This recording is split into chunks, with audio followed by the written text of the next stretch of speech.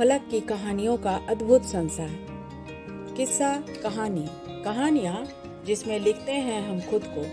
मैं रीता मिश्रा तिवारी और आज आपको मशहूर उपन्यासकार और साहित्यकार मुंशी प्रेमचंद जी की लिखी रचना निर्मला का आज मैं 12वां और अंतिम अनुच्छेद पढ़ने जा रही हूँ। मुंशी जी 5 बजे कचहरी से लौटे और अंदर आकर चारपाई पर गिर पड़े। बुढ़ापे की देह, उस पर आज सारे दिन भोजन न मिला, मुंह सूख गया था। निर्मला समझ गई आज दिन खाली गया। निर्मला ने पूछा, आज कुछ मिला नहीं? मुंशी जी बोले, सारा दिन दौड़ते गुजरा पर हाथ कुछ न लगा। निर्मला कहती है, फौजदारी वाले मामले का क्या हुआ? मुंशी जी बोले, मेरे मुवक्किल को सजा हो गई। निर्मला कहती है, पंडित वाले मुकदमे में? मुंशी जी बोले, पंडित पर डिग्री हो गई। निर्मला कहती है, आप तो कहते थे दावा खारिज हो जाएगा। तब मुंशी जी बोले, कहता तो था, और जब भी कहता हूँ कि दावा खारिज हो जाना चाहिए, मगर उतना सिर मगज कौन करे। निर्मला बोली, और सिर वाले दावे में? उसमें भी हार हो गई। तो आज आप किसी अभागे का मुंह देखकर उठे थे। मुंशी जी से अब काम बिल्कुल ना हो सकता था। एक तो उसके पास मुकदमे आते ही न थे, और जो आते भी थे वह बिगड़ जाते थे, मगर अपनी असफलताओं को वह निर्मला से छिपाते रहते थे। जिस दिन कुछ हाथ न लगता, उस दिन किसी से 2-4 रुपए उधार लाकर निर्मला को दे देते। प्रायः सभी मित्रों से कुछ न कुछ ले चुके थे, आज वह डॉल भी न लगा। निर्मला ने चिंतापूर्ण स्वर में कहा, आमदनी का यह हाल है तो ईश्वर ही मालिक है। बेटे का यह हाल है कि बाजार जाना मुश्किल है। भूंगी ही से सब काम कराने को जी चाहता है। घी लेकर 11 बजे लौटा, कितना कहकर हार गई कि लकड़ी लेते आओ, पर सुना ही नहीं। तो खाना नहीं पकाया। ऐसी ही बातों से तो आप मुकदमे हारते हैं। ईंधन के बिना किसी ने खाना बनाया है क्या? या मैं ही बना लेती हूँ? तो बिना कुछ खाए ही चला गया। घर में और क्या रखा था जो खिला देती? मुंशी जी ने डरते डरते कहा, कुछ पैसे वैसे न दे दिए थे? निर्मला ने भौहें सिकुड़ कर कहा, घर में पैसे फलते हैं क्या? मुंशी जी ने कुछ जवाब न दिया। जरा देर तक तो प्रतीक्षा करते रहे कि शायद जलपान के लिए कुछ मिलेगा, लेकिन जब निर्मला ने पानी तक न मंगवाया तो बेचारे निराश होकर चले गए। सियाराम के कष्ट का अनुमान करके उनका चित्त चंचल हो उठा। एक बार भूंगी ही से लकड़ी मंगवा ली जाती तो ऐसा क्या नुकसान हो जाता? ऐसी किफायत भी किस काम की कि घर के आदमी भूखे रह जाएं? अपना संदुकचा खोलकर टटोलने लगे कि शायद 2-4 आने पैसे मिल जाए। उसके अंदर के सारे कागज निकाल डाले, एक एक खाना देखा, नीचे हाथ डाल कर देखा, पर कुछ न मिला। अगर निर्मला के संदूक में पैसे न फलते थे तो इस संदूकचे में शायद इसके फूल भी न लगते हों। लेकिन संयोग ही कहिए कि कागजों को झाड़ते हुए एक चौनी गिर पड़ी। मारे हर्ष के मुंशी जी उछल पड़े। बड़ी बड़ी रकमें इसके पहले जमा कर चुके थे, पर यह चौनी पाकर इस समय उन्हें कितना आह्लाद हुआ, उतना पहले कभी नहीं हुआ था। चौनी हाथ में लिए हुए सियाराम के कमरे के सामने आकर पुकारा। कोई जवाब न मिला। तब कमरे में जाकर देखा, सियाराम का कहीं पता नहीं। क्या अभी स्कूल से नहीं लौटा? मन में यह प्रश्न उठते ही मुंशी जी ने अंदर जाकर भूंगी से पूछा। मालूम हुआ स्कूल से लौट आए। मुंशी जी ने पूछा, कुछ पानी पिया है? भूंगी ने कुछ जवाब न दिया, नाक सिकोड़कर मुंह फेरकर चली गई। मुंशी जी आहिस्ता आहिस्ता आकर अपने कमरे में बैठ गए। आज पहली बार उन्हें निर्मला पर क्रोध आया, लेकिन एक ही क्षण क्रोध का आघात अपने ऊपर होने लगा। उस अंधेरे कमरे में फर्श पर लेटे हुए वह अपने पुत्र की ओर से इतना उदासीन हो जाने पर धिक्कारने लगे। दिन भर के थके थे, थोड़ी ही देर में उन्हें नींद आ गई। भूंगी ने आकर पुकारा, बाबूजी, रसोई तैयार है। मुंशी जी चौंक कर उठ बैठे। कमरे में लैंप जल रहा था। पूछा, कै बज गए भूंगी? मुझे तो नींद आ गई थी। भूंगी ने कहा, कोतवाली के घंटे में 9 बज गए हैं और हम नहीं जानते। मुंशी जी बोले, सिया बाबू आए होंगे तो घर ही में ना होंगे? मुंशी जी ने झल्लाकर पूछा, मैं पूछता हूँ आए कि नहीं, और तू न जाने क्या क्या जवाब देती है। आए कि नहीं? मैंने तो नहीं देखा, झूठ कैसे कह दूँ? मुंशी जी फिर लेट गए और बोले, उनको आ जाने दो, तब चलता हूँ। आधे घंटे द्वार की ओर आंख लगाए मुंशी जी लेटे रहे। तब वह उठकर बाहर आए और दाहिने हाथ कोई 2 फर्लांग तक चले। तब लौटकर द्वार पर आए और पूछा, सिया बाबू आ गए? अंदर से आवाज आई, अभी नहीं।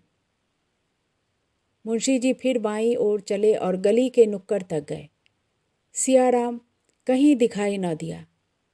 वहाँ से फिर घर आए और द्वार पर खड़े होकर पूछा, सिया बाबू आ गए? अंदर से जवाब मिला, नहीं। कोतवाली के घंटे में 10 बजने लगे। मुंशी जी बड़े बेग से कंपनी बाग की तरफ चले। सोचने लगे, शायद वहाँ घूमने गया हो और घास पर लेटे लेटे नींद आ गई हो। बाग में पहुंचकर उन्होंने हर एक बेंच को देखा, चारों तरफ घूमे। बहुत से आदमी घास पर पड़े हुए थे, पर सियाराम का निशान न था। उन्होंने सियाराम का नाम लेकर जोर से पुकारा, पर कहीं से आवाज़ न आई। ख्याल आया, शायद स्कूल में तमाशा हो रहा हो। स्कूल 1 मील से कुछ ज़्यादा ही था। स्कूल की तरफ चले, पर आधे रास्ते से ही लौट पड़े। बाजार बंद हो गया था। स्कूल में इतनी रात तक तमाशा नहीं हो सकता। अब तो उन्हें आशा हो रही थी कि सियाराम लौट आया होगा। द्वार पर आकर उन्होंने पुकारा, सिया बाबू आए? किवाड़ बंद था, कोई आवाज़ न आई। फिर जोर से पुकारा। भूंगी किवाड़ खोलकर बोली, अभी तो नहीं आए। मुंशी जी ने धीरे से भूंगी को अपने पास बुलाया और करुण स्वर में बोले, तू तो घर की सब बात जानती है, बता आज क्या हुआ था? भूंगी बोली, बाबूजी, झूठ न बोलूँगी। मालकिन छुड़ा देगी और क्या। दूसरे का लड़का इस तरह नहीं रखा जाता। जहाँ कोई काम हुआ बस बाजार भेज दिया। दिन भर बाजार दौड़ते दौड़ते बीतता था। आज लकड़ी लाने ना गए तो चूल्हा ही न जला। कहो तो मुंह फुलावे। जब आप ही नहीं देखते तो दूसरा कौन देखेगा। चलिए भोजन कर लीजिए, बहू जी कब से बैठी हैं। मुंशी जी बोले, कह दे, इस वक्त नहीं खाएंगे। मुंशी जी फिर अपने कमरे में चले गए और एक लंबी सांस ली। वेदना से भरे हुए ये शब्द उनके मुंह से निकल पड़े, ईश्वर, क्या अभी दंड पूरा नहीं हुआ? क्या इस अंधे की लकड़ी को हाथ से छीन लोगे? तभी निर्मला ने आकर कहा, आज सियाराम अभी तक नहीं आए। कहती रही कि खाना बनाए देती हूँ, खा लो, मगर न जाने कब उठकर चल दिए। न जाने कहाँ घूम रहे हैं, बात तो सुनते ही नहीं।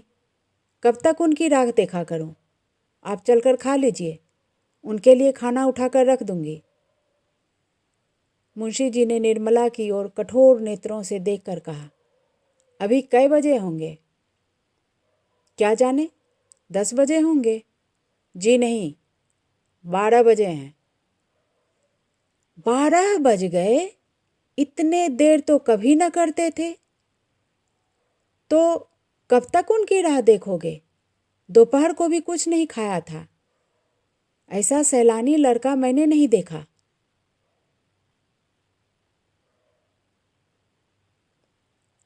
मुंशी जी कहे, जी तुम्हें दिक करता है क्यों? देखिए ना, इतना रात हो गई और घर की सुध ही नहीं। शायद यह आखिरी शरारत हो। कैसी बातें मुंह से निकालते हैं। जाएंगे कहाँ? किसी यार दोस्त के यहाँ पड़े रहे होंगे। शायद ऐसी ही हो। ईश्वर करे ऐसा ही हो। सवेरे आवें तो जरा तस्बीह कीजिएगा। खूब अच्छी तरह करूँगा। चलिए खा लीजिए, बहुत देर हो गई है। मुंशी जी बोले, सवेरे उसकी तस्बीह करके खाऊंगा। कहीं ना आया तो तुम्हें ऐसा ईमानदार नौकर कहाँ मिलेगा। निर्मला ने ऐंठ कर कहा, तो क्या मैंने भगा दिया? मुंशी जी कहे, नहीं, यह कौन कहता है? तुम उसे क्यों भगाने लगी? तुम्हारा तो काम करता है, शामत आ गई होगी। निर्मला ने और कुछ नहीं कहा। बात बढ़ जाने का भय था, भीतर चली गई। सोने को भी न कहा। जरा देर में भूंगी ने अंदर से किवाड़ भी बंद कर दिए। क्या मुंशी जी को नींद आ सकती थी? 3 लड़कों में केवल एक बच रहा था, वह भी हाथ से निकल गया। तो फिर जीवन में अंधकार के सिवाय और क्या था? कोई नाम लेने वाला भी नहीं रहेगा। हाँ, कैसे कैसे रत्न हाथ से निकल गए। मुंशी जी की आंखों से अश्रुधारा बह रही थी, तो कोई आश्चर्य नहीं था। उस व्यापक पश्चाताप, उस सघन ग्लानि तिमिर में आशा की एक हल्की सी रेखा उन्हें संभाले हुए थी। जिस क्षण वह रेखा लुप्त हो जाएगी, कौन कह सकता है उन पर क्या बीतेगी? उनकी इस वेदना की कल्पना कौन कर सकता है? कई बार मुंशी जी की आंखें झपकी, लेकिन हर बार सियाराम की आहट के धोखे में चौंक पड़े। सवेरा होते ही मुंशी जी फिर सियाराम को खोजने निकले। किसी से पूछते शर्म आती थी। किस मुंह से पूछे? उन्हें किसी से सहानुभूति की आशा न थी। प्रकट न कहकर मन में सब यही कहेंगे, जैसा किया वैसा भोगो। सारे दिन वह स्कूल के मैदानों, बाजारों और बगीचों का चक्कर लगाते रहे। 2 दिन निराहार रहने पर भी उन्हें इतनी शक्ति कैसे हुई, यह वही जाने। रात के 12 बजे मुंशी जी घर लौटे। दरवाजे पर लालटेन जल रही थी।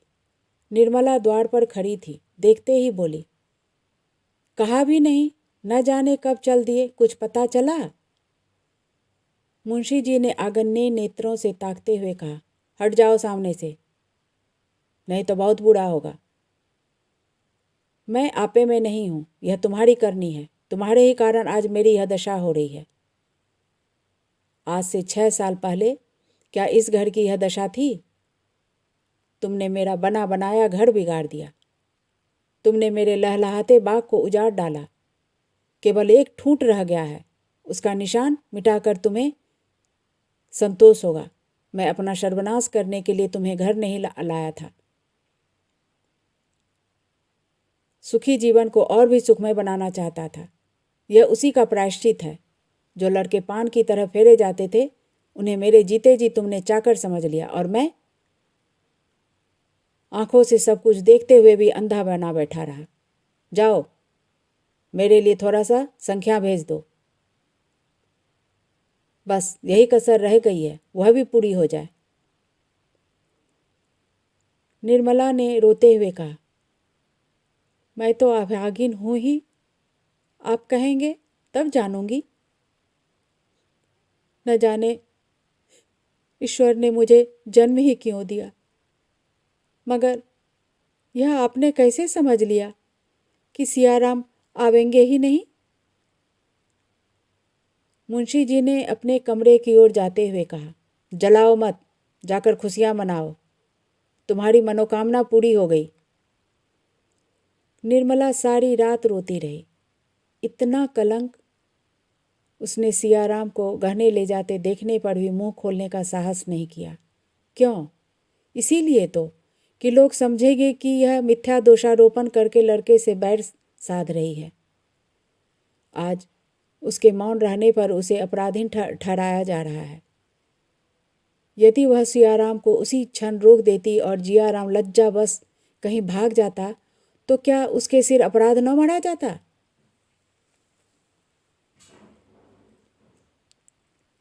सियाराम ही के साथ उसने कौन सा दुर्व्यवहार किया था?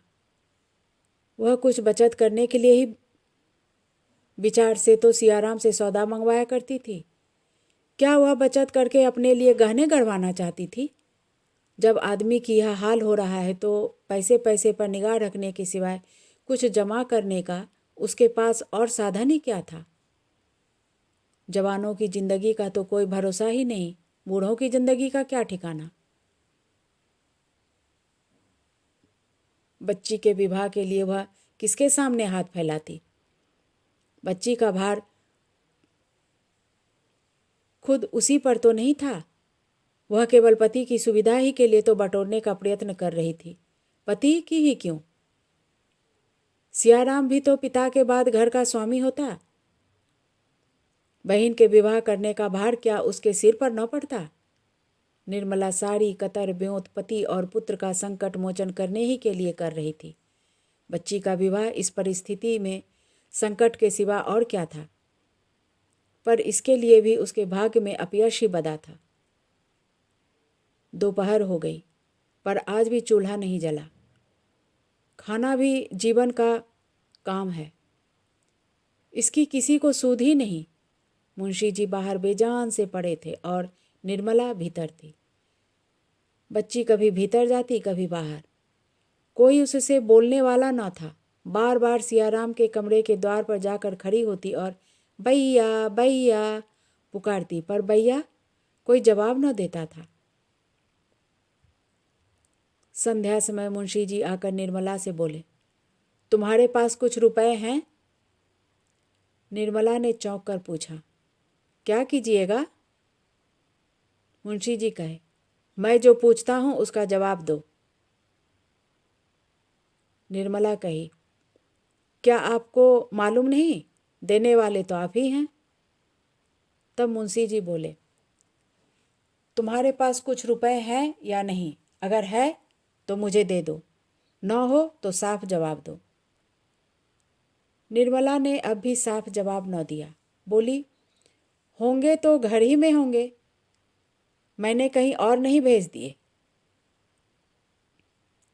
मुंशी जी बाहर चले गए। वह जानते थे कि निर्मला के पास रुपए हैं। वास्तव में थे भी। निर्मला ने यह भी नहीं कहा कि नहीं है या मैं न दूंगी, पर उसकी बातों से प्रकट हो गया कि वह देना नहीं चाहती। 9 बजे रात को मुंशी जी ने आकर रुक्मिणी से कहा, बहन, मैं ज़रा बाहर जा रहा हूँ, मेरा बिस्तर भुंगी से बंधवा देना और ट्रक में कुछ कपड़े रखवाकर बंद कर देना।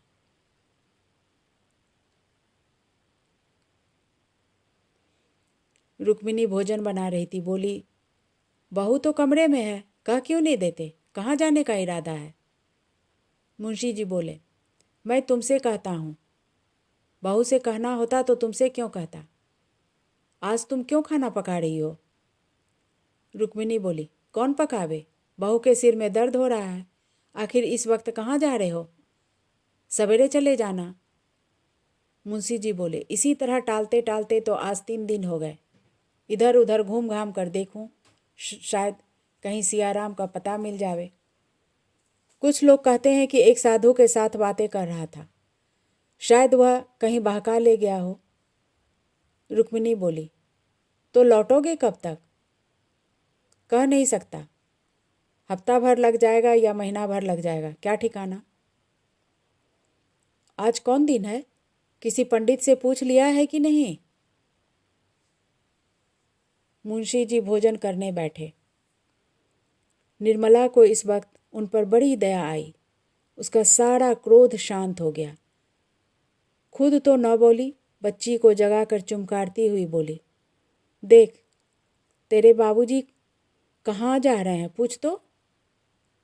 बच्ची ने द्वार से झांक कर पूछा, बाबूजी कहाँ दाते हो? मुंशी जी बोले, बड़ी दूर जाता हूँ बेटी, तुम्हारे भैया को खोजने जाता हूँ। बच्ची ने वहीं से खड़े खड़े कहा, हम भी तलेंगे, हम भी तलेंगे। मुंशी जी ने कहा, बड़ी दूर जाते हैं बच्ची, तुम्हारे वास्ते चीज़ लाएंगे, यहाँ क्यों नहीं जाती? बच्ची मुस्कुराकर छिप गई और एक क्षण में फिर किवाड़ से सिर निकालकर बोली, हम भी तलेंगे। मुंशी जी ने उसी स्वर में कहा, तुमको नहीं ले तलेंगे। बच्ची बोली, हमको क्यों नहीं ले तलोगे? मुंशी जी ने कहा, तुम तो हमारे पास आती नहीं हो। लड़की ठुमकती हुई आकर पिता की गोद में बैठ गई। थोड़ी देर के लिए मुंशी जी उसकी बाल क्रीड़ा में अपनी अंतर्वेदना भूल गए। भोजन करके मुंशी जी बाहर चले गए। निर्मला खिड़की ताकती रही, कहना चाहती थी, व्यर्थ जो कर रहे हो, पर कह न सकती थी। कुछ रुपए निकाल कर देने का विचार करती थी, पर दे न सकती थी। अंत में न रहा गया, रुक्मिणी से बोली, दीदी जी जरा समझा दीजिए, कहाँ जा रहे हैं? मेरी जवान पकड़ी जाएगी, पर बिना बोले रहा नहीं जाता। बिना ठिकाने कहाँ खोजेंगे? व्यर्थ की हैरानी होगी। रुक्मिणी ने करुणा सूचक नेत्रों से देखा और अपने कमरे में चली गई। निर्मला बच्ची की गोद में लिए सोच रही थी कि शायद जाने के पहले बच्ची को देखने या मुझसे मिलने के लिए आवे, पर उसकी आशा विफल हो गई। मुंशी जी ने बिस्तर उठाया और तांगे पर जा बैठे। उसी वक्त निर्मला का कलेजा महसूसने लगा। उसे ऐसा जान पड़ा कि इनसे भेंट न होगी। वह अधीर होकर द्वार पर आई कि मुंशी जी को रोक ले, पर तांगा चल चुका था। दिन गुजरने लगे। 1 महीना पूरा निकल गया, लेकिन मुंशी जी न लौटे। कोई खत भी न मिला। निर्मला को अब नित्य यही चिंता बनी रहती थी कि वह लौट कर आए तो क्या होगा। उसे इसकी चिंता न होती थी कि उन पर क्या बीत रही होगी। वह कहाँ कहाँ मारे मारे फिरते होंगे, स्वास्थ्य कैसा होगा। उसे केवल अपनी और उससे भी बढ़कर बच्ची की चिंता थी। गृहस्थी का निर्वाह कैसे होगा? ईश्वर कैसे बेड़ा पार लगाएंगे? बच्ची का क्या हाल होगा? उसने कतर ब्योत करके जो रुपए जमा कर रखे थे, उसमें कुछ न कुछ रोज ही कमी होती जा रही थी। निर्मला को उसमें से एक एक पैसा निकालते इतनी अखर होती थी मानो कोई उसकी देह से रक्त निकाल रहा हो। झुंझला कर मुंशी जी को कोसती। लड़की किसी चीज के लिए रोती तो उसे अभागिन कलमुही कहकर झल्लाती। यही नहीं, रुक्मिणी का घर में रहना उसे ऐसा जान पड़ता था मानो वह गर्दन पर सवार है। जब हृदय जलता है तो वाणी भी अग्निमय हो जाती है। निर्मला बड़ी मधुर भाषणी स्त्री थी, पर अब उसकी गणना कर्कशाओं में की जा सकती थी। दिन भर उसके मुंह से जली कटी बातें निकला करती थी। उसके शब्दों की कोमलता न जाने कहाँ गुम हो गई थी। भाव में माधुर्य न था। भूंगी बहुत दिनों से इस घर में नौकर थी, स्वभाव की सहनशील थी, पर वह आठों पहर की बकबक उससे भी न सही जा रही थी। एक दिन उसने भी घर की राह ली, यहाँ तक कि जिस बच्ची को प्राणों से भी अधिक प्यार करती थी, उसकी सूरत से भी घृणा हो गई। बात बात पर घुरक पड़ती, कभी कभी मार भी बैठती। रुक्मिणी रोई हुई बालिका को गोद में उठा लेती और चुमकार दुलार कर चुप कराती। उस अनाथ के लिए अब यही एक आश्रय रह गया था। निर्मला को अब अगर कुछ अच्छा लगता था तो वह सुधा से बात करना था। वह वहाँ जाने का अवसर खोजती रहती थी। बच्ची को अब वह अपने साथ न ले जाना चाहती थी। पहले जब बच्ची को अपने घर सभी चीज़ें खाने को मिलती थी तो वह वहाँ जाकर हंसती खेलती थी। अब वहाँ जाकर उसे भूख लगती थी। निर्मला उसे घूर घूर कर देखती, मुट्ठियाँ बांध कर धमकाती, पर लड़की भूख की रट लगाना न छोड़ती थी। इसलिए निर्मला उसे साथ न ले जाती थी। सुधा के पास बैठकर उसे मालूम होता था कि मैं आदमी हूँ। उतनी देर के लिए वह चिंताओं से मुक्त हो जाती थी, जैसे शराब के नशे से सारी चिंताएं भूल जाता है, उसी तरह निर्मला सुधा के घर जाकर सारी बातें भूल जाती थी। जिसने उसे उसके घर पर देखा हो वह उसे यहाँ देखकर चकित रह जाता। वही कर्कशा कटुभाषिणी स्त्री यहाँ आकर हास्य विनोद और माधुरी की पुतली बन जाती थी। यौवन काल की स्वाभाविक वृत्तियाँ अपने घर पर रास्ता बंद पाकर यहाँ किलौले मारने लगती थी। यहाँ आते वक्त वह मांग चोटी कपड़े लत्ते से लैस होकर आती और यथासाध्य अपनी विपत्ति कथा को मन ही मन रखती। वह यहाँ रोने के लिए नहीं, हंसने के लिए आती थी, पर कदाचित उसके भाग्य में यह सुख भी नहीं था। निर्मला मामूली तौर से दोपहर को या तीसरे पहर से सुधा के घर जाया करती थी। एक दिन उसका जी इतना उबा कि सवेरे ही जा पहुंची। सुधा नदी में स्नान करने गई थी। डॉक्टर साहब अस्पताल जाने के लिए कपड़े पहन रहे थे। महरी अपने काम धंधे में लगी हुई थी। निर्मला अपनी सहेली के कमरे में जाकर निश्चिंत बैठ गई। उसने समझा सुधा कोई काम कर रही होगी, अभी आती होगी।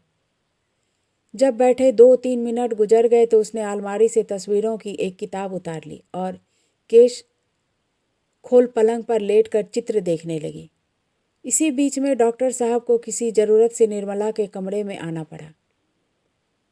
अपनी ऐनक ढूंढते फिरते थे, बेधड़क अंदर चले आए। निर्मला द्वार की ओर केस खोले लेटी हुई थी।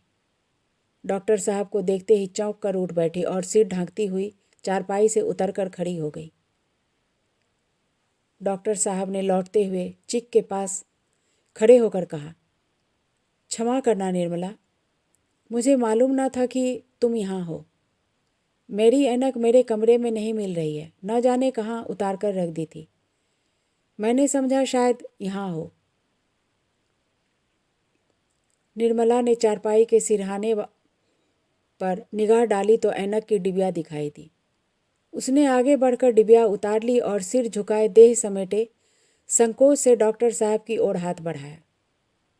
डॉक्टर साहब ने निर्मला को 2-1 बार पहले भी देखा था, पर इस समय के भाव उसके मन में न आए थे। जिस वजह को वह वर्षों से हृदय में दबाए हुए थे, वह आज पवन का झोंका पाकर दहक उठा। उन्होंने ऐनक लेने के लिए हाथ बढ़ाया तो हाथ कांप रहा था। ऐनक लेकर भी वह बाहर न गए, वहीं खोए हुए से खड़े रहे। निर्मला ने इस एकांत से भयभीत होकर पूछा, सुधा कहीं गई है क्या? डॉक्टर साहब ने सिर झुकाए हुए जवाब दिया, हाँ, जरा स्नान करने गई है। फिर भी डॉक्टर साहब बाहर न गए, वहीं खड़े रहे। निर्मला ने फिर प्रश्न पूछा, कब तक आएगी? डॉक्टर साहब ने सिर झुकाए हुए कहा, आती ही होंगी। फिर भी वह बाहर नहीं आए। उनके मन में घोर द्वंद्व मचा हुआ था और चित्त का बंधन नहीं, भीरुता का कच्चा धागा उनकी जबान को रोके हुए थी। निर्मला ने फिर कहा, कहीं घूमने घामने लगी होंगी, मैं भी इस वक्त जाती हूँ। भीरुता का कच्चा धागा भी टूट गया। नदी के कगार पर पहुंचकर भागती हुई सेना में अद्भुत शक्ति आ गई। डॉक्टर साहब ने सिर उठाकर निर्मला को देखा और अनुराग में डूबे हुए स्वर में बोले, नहीं निर्मला, अब आती ही होंगी, अभी न जाओ। रोज़ सुधा की खातिर तो बैठती हो, आज मेरी खातिर बैठो। बताओ कब तक इस आग में जला करो। सत्य कहता हूँ निर्मला। निर्मला ने कुछ और नहीं सुना। उसे ऐसा जान पड़ा मानो सारी पृथ्वी चक्कर खा रही है, मानो उसके प्राणों पर सहस्त्रों वज्रों का आघात हो रहा है। उसने जल्दी से अलगनी पर लटकी हुई चादर उतार ली और बिना मुंह से एक शब्द निकाले कमरे से निकल गई। डॉक्टर साहब खिसियाए हुए से रोना मुंह बनाए खड़े रहे। उसको रोकने की या कुछ कहने की हिम्मत न पड़ी। निर्मला ज्यों ही द्वार पर पहुंची, उसने सुधा को तांगे से उतरते देखा। निर्मला ने उसे अवसर न दिया। तीर की तरह झपट कर चली। सुधा एक क्षण उसे विस्मय की दशा में खड़ी रही। बात क्या है, उसकी समझ में कुछ न आ सका। वह व्यग्र हो उठी, जल्दी से अंदर आई। महरी से पूछी कि क्या बात हुई। वह अपराधी का पता लगाएगी और अगर उसे मालूम हुआ कि महरी या किसी नौकर से उसे कोई अपमान सूचक बात कह दी हो तो वह खड़े खड़े निकाल देगी। लपकी हुई वह अपने कमरे में गई। अंदर कदम रखते ही डॉक्टर को मुंह लटकाए चारपाई पर बैठे देखा। पूछा, निर्मला यहाँ आई थी? डॉक्टर साहब ने सिर खुजलाते हुए कहा, हाँ आई तो थी। किसी महरी अहरी ने उन्हें कुछ कहा तो नहीं? मुझसे बोली तक नहीं, झपट कर निकल गई। डॉक्टर साहब की मुख कांति मलिन हो गई। कहा, यहाँ तो उन्हें किसी ने कुछ नहीं कहा। किसी ने कुछ नहीं कहा है? देखो मैं पूछती हूँ ना, ईश्वर जानता है, पता तो लगा लूँगी, तो खड़े खड़े निकाल दूँगी। डॉक्टर साहब सिटपिटाते हुए बोले, मैंने तो किसी को कुछ कहते हुए नहीं सुना। तुम्हें उन्होंने देखा तो न होगा। सुधा बोली, वाह, देखा ही न होगा। उसके सामने तो मैं तांगे से उतरी हूँ। उन्होंने मेरी ओर ताका भी, पर बोली कुछ नहीं। इस कमरे में आई थी? डॉक्टर साहब के प्राण सूखे जा रहे थे। हिचकिचाते हुए बोले, आई क्यों नहीं थी? तुम्हें यहाँ बैठे देखकर चली गई होंगी। बस किसी महरी ने कुछ कह दिया होगा। नीच जात है ना, किसी को बात करने की तमीज़ तो है नहीं। अरे ओ सुंदरिया, जरा यहाँ तो आ।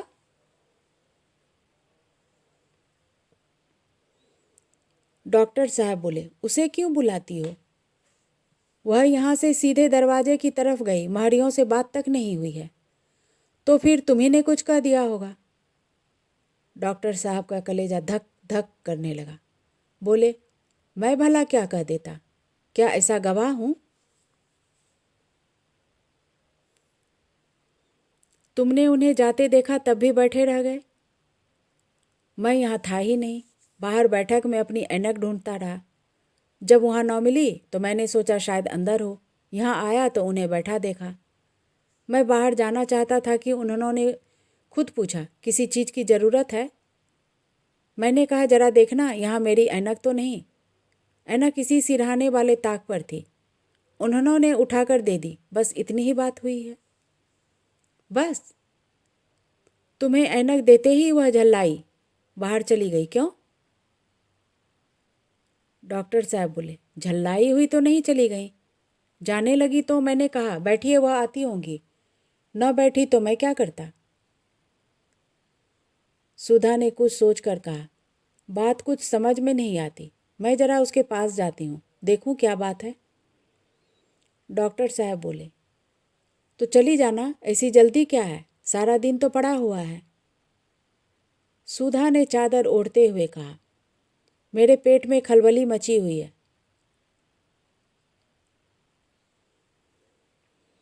सुधा तेजी से कदम बढ़ाती हुई निर्मला के घर की ओर चली गई और 5 मिनट में जा पहुंची। देखा तो निर्मला अपने कमरे में चारपाई पर पड़ी रो रही थी और बच्ची उसके पास खड़ी थी। अम्मा क्यों लोती हो? अम्मा, अम्मा क्यों लोती हो? सुधा ने लड़की को गोद में उठा लिया और निर्मला से बोली, बहन सच सच बताओ, क्या बात है? मेरे यहाँ किसी ने तुम्हें कुछ कहा? मैं सबसे पूछ चुकी, कोई कुछ नहीं बताया। निर्मला आंसू पोंछती हुई बोली, किसी ने कुछ नहीं कहा है बहन। भला वहाँ मुझे कौन कुछ क्या कहेगा? तो फिर मुझसे बोली क्यों नहीं और आते ही आते रोने लगी?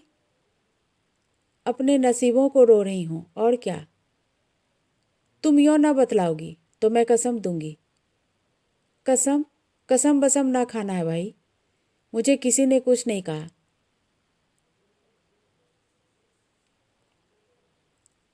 खाओ मेरी कसम। तुम तो नाहक ही जिद करती हो सुधा। अगर तुमने ना बताया निर्मला तो मैं समझूंगी तुम्हें जरा भी प्रेम नहीं है, बस सब जवानी जमा खर्च है। मैं तुमसे किसी बात का पर्दा नहीं रखती और तुम मुझे गैर समझती हो। तुम्हारे ऊपर मुझे बड़ा भरोसा था, अब जान गई कि कोई किसी का नहीं होता। सुधा की आंखें सजल हो गई। उसने बच्ची को गोद से उतार लिया और द्वार की ओर चली गई। निर्मला ने उठकर उसका हाथ पकड़ लिया और रोती हुई बोली, सुधा मैं तुम्हारे पैर पड़ती हूँ, मत पूछो, सुनकर दुख होगा और शायद मैं फिर तुम्हें अपना मुंह न दिखा सकूं। मैं अभागिन न होती तो यह दिन है ही क्यों देखना पड़ता। अब तो ईश्वर से यही प्रार्थना है कि संसार से मुझे उठा ले। अभी यह दुर्गति हो रही है तो आगे न जाने क्या होगा।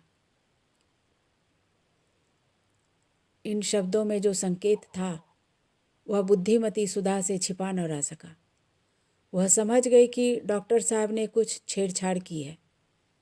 उनका हिचक हिचक कर बातें करना और उसके प्रश्नों को टालना, उनकी यह ग्लानिमय कांतिहीन मुद्रा उसे याद आ गई। वह सिर से पांव तक कांप उठी और बिना कुछ कहे सुने सिंहनी की भांति क्रोध से भरी हुई द्वार की ओर चली। निर्मला ने उसे रोकना चाहा पर न पा सकी। देखते देखते वह सड़क पर आ गई और घर की ओर चली गई। तब निर्मला वहीं भूमि पर बैठ गई और फूट फूट कर रोने लगी। निर्मला दिन भर चारपाई पर पड़ी रही। मालूम होता है कि उसकी देह में प्राण नहीं है। न स्नान किया, न भोजन करने उठी। संध्या समय उसे ज्वर हो आया। रात भर देह तवे की तरह तपती रही। दूसरे दिन ज्वर न उतरा। हाँ, कुछ कुछ कम हो गया था, पर चारपाई पर लेटी हुई निश्चल नेत्रों से द्वार की ओर ताक रही थी। चारों ओर शून्य था, अंदर भी शून्य, बाहर भी शून्य। कोई चिंता न थी, न कोई स्मृति, न कोई दुख। मस्तिष्क में स्पंदन की शक्ति भी न रही थी। सहसा रुक्मिणी बच्ची को गोद में लिए हुए आकर खड़ी हो गई। निर्मला ने पूछा, क्या यह बहुत रोती थी? रुक्मिणी बोली, नहीं, यह तो सिसकी तक नहीं।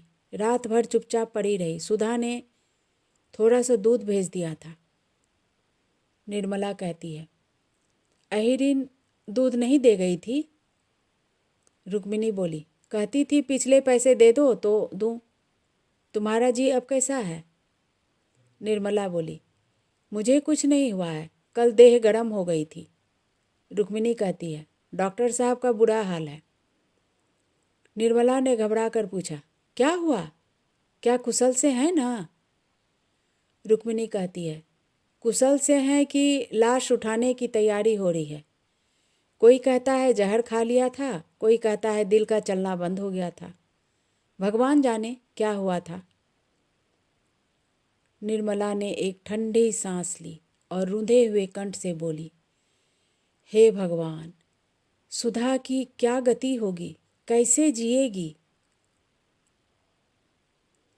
यह कहते कहते वह रो पड़ी और बड़ी देर तक सिसकती रही। तब बड़ी मुश्किल से उठकर सुधा के पास जाने को तैयार हुई। पाँव थर थर काँप रहे थे। दीवार थामे खड़ी थी, पर जी न मानता था। न जाने सुधा के यहाँ से जाकर पति से क्या कहा। मैंने तो उससे कुछ कहा भी नहीं। न जाने मेरी बातों का वह क्या मतलब समझी। हाय, ऐसे रूपवान, दयालु, ऐसे सुशील प्राणी का यह अंत।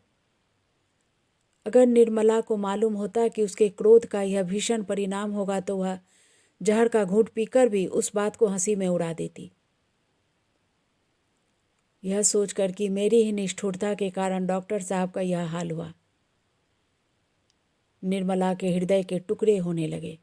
ऐसी वेदना होने लगी मानो हृदय में शूल उठ रहा हो। वह डॉक्टर साहब के घर चली गई। लाश उठ चुकी थी। बाहर सन्नाटा छाया हुआ था। घर में स्त्रियां जमा थी। सुधा जमीन पर बैठी रो रही थी। निर्मला को देखते ही वह जोर से चिल्लाकर रो पड़ी और आकर उसकी छाती से लिपट गई। दोनों देर तक रोती रही। जब औरतों की भीड़ कम हुई और एकांत हो गया तो निर्मला ने पूछा, यह क्या हो गया बहन? तुमने क्या कह दिया? सुधा अपने मन को इसी प्रश्न का उत्तर कितनी ही बार दे चुकी थी। उसका मन जिस उत्तर से शांत हो गया था वही उत्तर उसने निर्मला को दिया। बोली, चुप भी तो न रह सकती थी बहन। क्रोध की बात पर क्रोध आती ही है। निर्मला ने कहा, मैंने तो तुमसे कोई ऐसी बात भी न कही थी। सुधा बोली, तुम कैसे कहती? कह ही नहीं सकती थी। लेकिन उन्होंने जो बात कही थी वह तो कह दी। उस पर मैंने जो कुछ मुंह में आया कहा।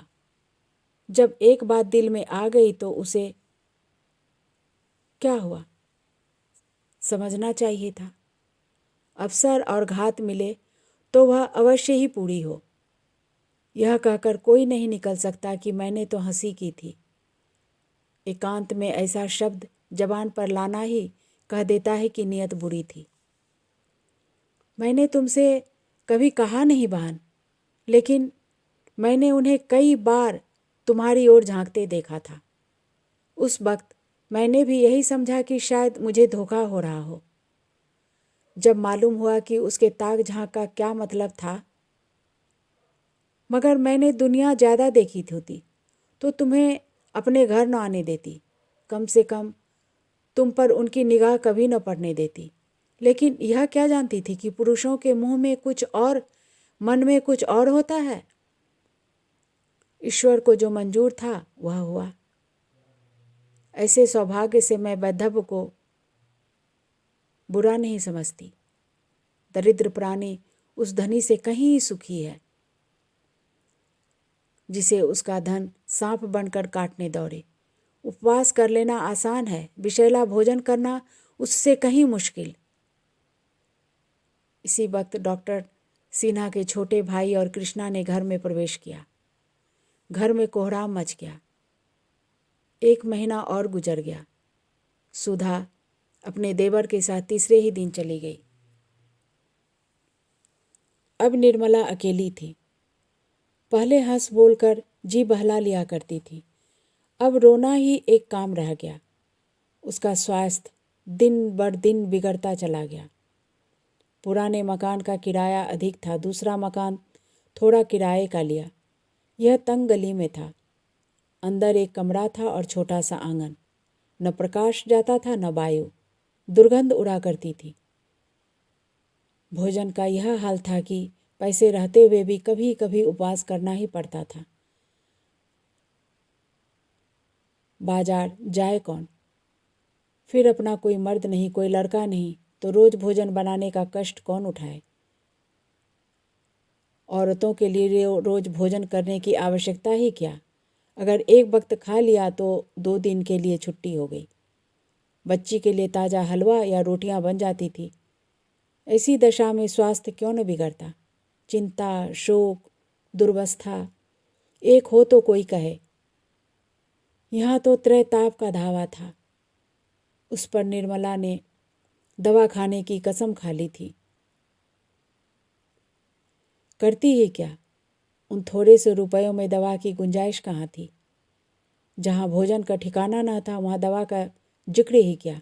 दिन दिन सूखती चली जाती थी। एक दिन रुक्मिणी ने कहा, बहू, इस तरह कब तक भुला करोगी? जो हो गया सो हो गया। चलो किसी वैद्य को दिखा लाऊं?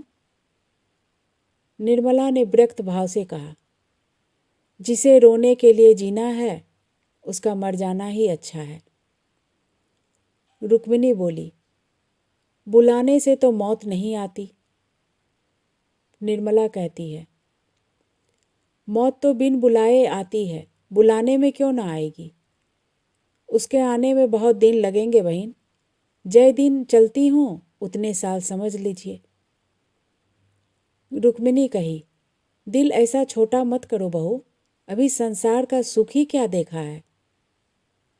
तब निर्मला बोली, अगर संसार की यही सुख है जो इतने दिनों से देख रही हूँ तो उससे जी भर गया। सच कहती हूँ बहन, इस बच्ची का मोह मुझे बांधे हुए है, नहीं तो अब तक कभी की चली गई होती। न जाने इस बेचारी के भाग्य में क्या लिखा है। दोनों महिलाएं रोने लगी।